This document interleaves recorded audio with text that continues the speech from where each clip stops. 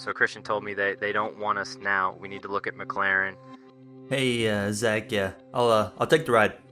Awesome. Meet me in the UK. I will see you soon, and we will get a deal done.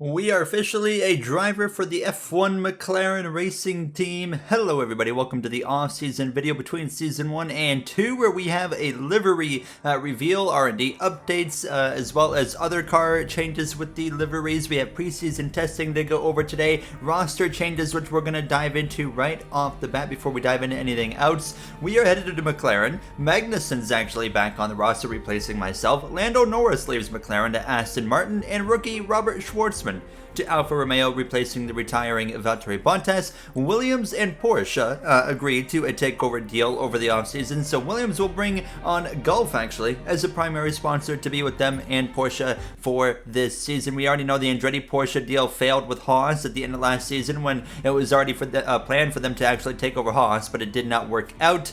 So big changes. We were originally looking at going to Red Bull this season. Christian Horner called it off, and pretty simple explanation. Red Bull won a straw poll vote for me to go to, but I needed a driver acclaim of level 10. At the time of recording this video, I was at 9.5, so I actually couldn't go to Red Bull. So that's why the storyline changed and we're at McLaren. Here is an overview of the liveries. Mercedes running the actual 2023 Mercedes livery. Red Bull has a bit of a change up here, not too far away from the Red Bull roots, but a little bit different at the same time. They're looking for some redemption. We'll talk about all the teams here in preseason testing. There you see the Ferrari Mission Win Now livery as well. Very nice livery. I'll have all the mods linked down below in the description. And there's the car. Myself, Daniel Ricciardo, we will be piloting that machine. I thought Norris is going to be my teammate. Not the case. The Alpine with some minimal changes, but look at the wheels on this thing. It looks really cool and it will look great on the circuit. There you see the AlphaTauri has the Orlan branding, but a little bit different from the real life livery, as you can obviously tell there. The Aston Martin has not changed actually, because it didn't really change in 2023, so I decided to keep that one the same. There you see the Williams Porsche with the Gulf branding. Look at that livery. One of my favorites for sure. Let me know down below, of course, what livery you think is the best or which one is your favorite. And there you see the Alfa Romeo with the stake as well sponsorship. It's authentic to the 2023 branding on Alfa Romeo. And then the MoneyGram Haas, actually this one is a concept livery as well, just like the AlphaTauri was. It's got the 2023 branding but a concept livery. So that's all the livery changes as we were now landing in Bahrain for some pre-season testing as we were ready to get rolling. Here you can see the beautiful city as we eventually come up on this circuit right here as we were ready to get on track for, well, seeing what we have and what other teams are going to have coming into the day. And the first car that we saw on track was the Mercedes. Lewis Hamilton, George Russell, same lineup this year. Not many lineup changes. We went over them already, but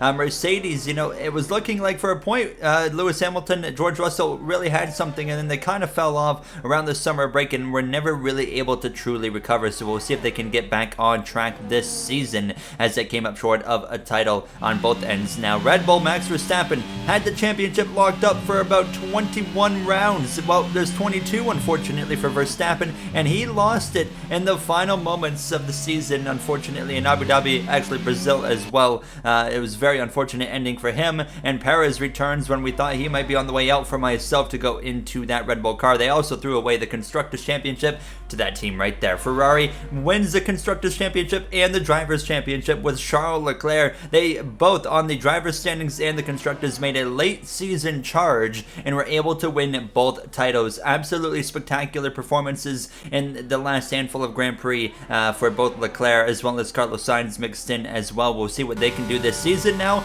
to myself on track though, in the McLaren on board actually as we head down into turn 1. Look at that beautiful livery. I love the rims, the wheels on the car. Look at the orange. It is so bright, but it is so cool. I really dig it here. And actually, fortunately for me, and this is a boost of confidence, the car it felt really, really good from what I was driving so far. So hopefully this is a sign of good things to come in the actual Bahrain Grand Prix weekend, as we have a long season ahead. We have a few calendar changes, by the way, that I haven't talked about yet. We will go over that at the end of the video. I know it's not a long video because it's off-season stuff. We're just kind of highlighting the changes, so the video is going to be over in like 2 or 3 minutes, I'd imagine, as we would cross the line though. And yeah, pretty happy with how the car was driving there, 128.8. But then you see as well the Alpine. This is going to be a big contender against us, but a lot of the R&D is very close from what we gathered in preseason testing. We'll take a look at the chart following this, but the Alpine actually struggling a little bit there. As you can see, Alonso having a bit of a mishap, but they weren't the only one. Here's Yuki Tsunoda as well, going for a bit of a spin in preseason testing in that new AlphaTauri Orlen as well. So a couple of teams struggling with the handling of their race cars. Now you see the Aston Martin on track. They're looking for a big season, but they are way behind as well when it comes to the R&D from what we were basing it off of lap times and whatnot. But the team that really seemed to be struggling the most was the Williams Porsche, so they are going to be in for a complete rebuild. Aston Martin as well, really struggling of course too, as you can see that stake. Alfa Romeo getting some laps on track as well. Nice to just see all these cars on track and see what they're going to be bringing to the table. The last car of the day was Haas, and there you see that MoneyGram machine around the circuit. I actually really like this concept livery. Let me know, like again, like I said, what livery is your favorite of the ones we got for season 2 down below in the comments. And actually, sorry, this was the last car of the day, the Williams Porsche on track with that Gulf sponsorship. I really dig this livery. I think this one might be my favorite so far. I really like it. There you can see just how good it looks. The modder did a fantastic job blending the black with the light blue and the orange as well. But that was it for preseason testing, and there you see where we stack up in the R&D. So we're right smack dab in the midfield. We left for Haas to go for a car that's barely better than Haas after the regulation changes, but you can see that even though we start as a midfield team, we are not far behind at all. We are a lot closer to the top teams than where we were last season.